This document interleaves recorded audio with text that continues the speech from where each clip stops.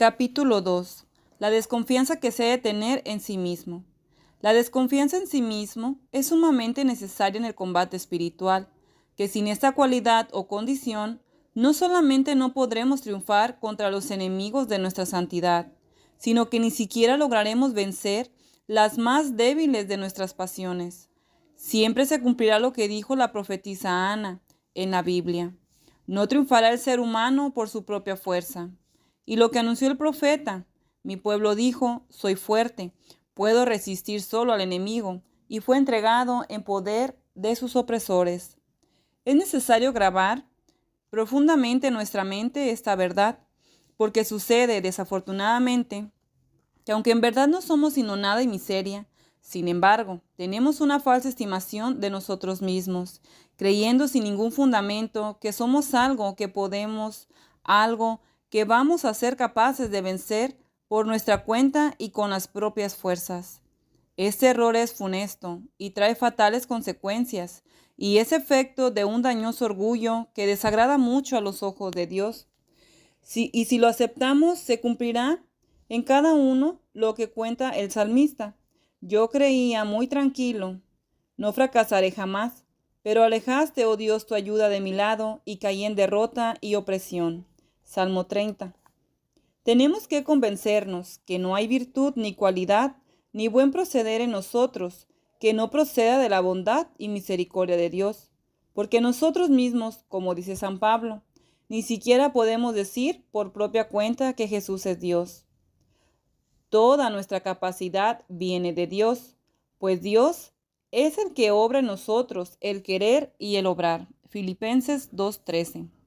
Por nuestras solas fuerzas, lo que somos capaces de producir es maldad, imperfección y pecado. La desconfianza en sí mismo es un regalo del cielo, y Dios la concede en mayor grado a las almas que tiene destinadas a más alta dignidad, hasta que puedan repetir lo que decía aquella famosa mujer de la antigüedad, Santa Hildegarda: de lo único que puedo tener absoluta seguridad en cuanto a mí misma es de mi pavorosa debilidad para pecar y de mi terrible inclinación hacia el mal. Un camino.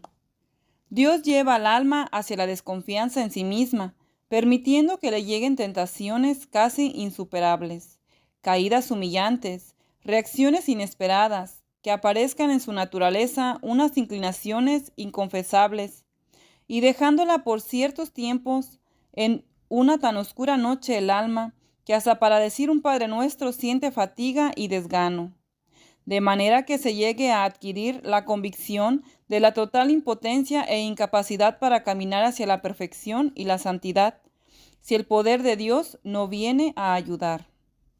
Los remedios.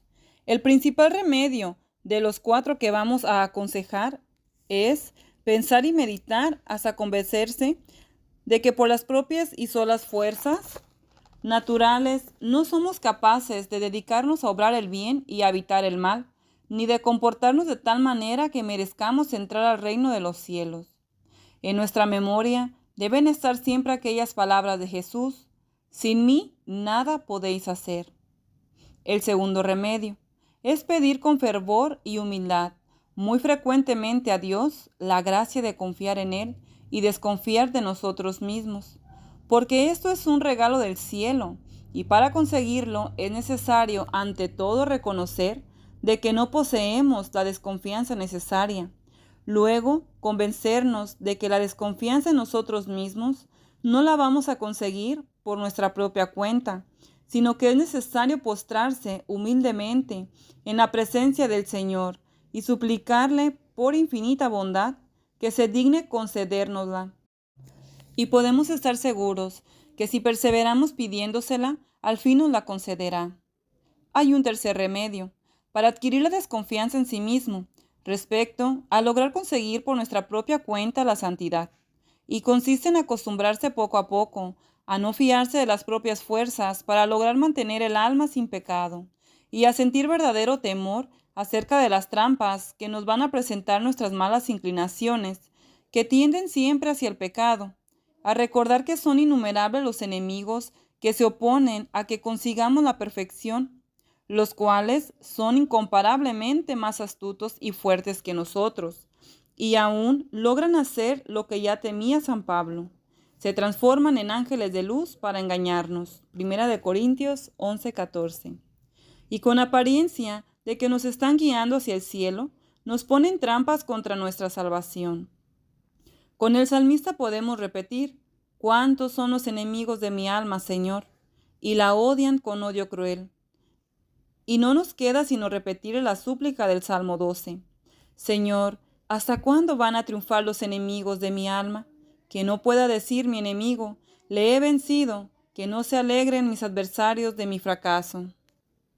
El cuarto remedio consiste en que cuando caemos en alguna falta, reflexionemos acerca de cuán grande es nuestra debilidad e inclinación al mal, y pensemos que probablemente Dios permite las culpas y caídas para iluminarnos mejor acerca de la impresionante incapacidad que tenemos para conseguir por la propia cuenta la santificación, y aprendamos así a ser humildes y reconocer las limitaciones y aceptar ser menospreciados por los demás.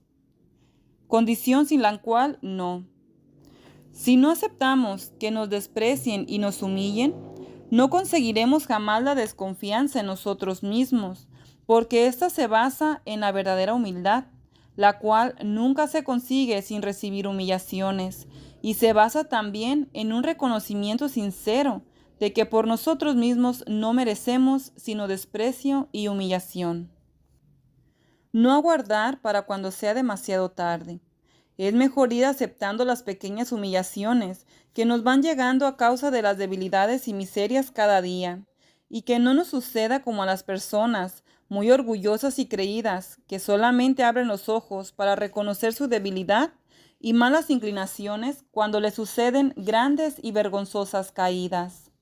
Le sucede lo que decía San Agustín: temo que vas a caer en faltas que te humillarán mucho, porque noto que tienes demasiado orgullo.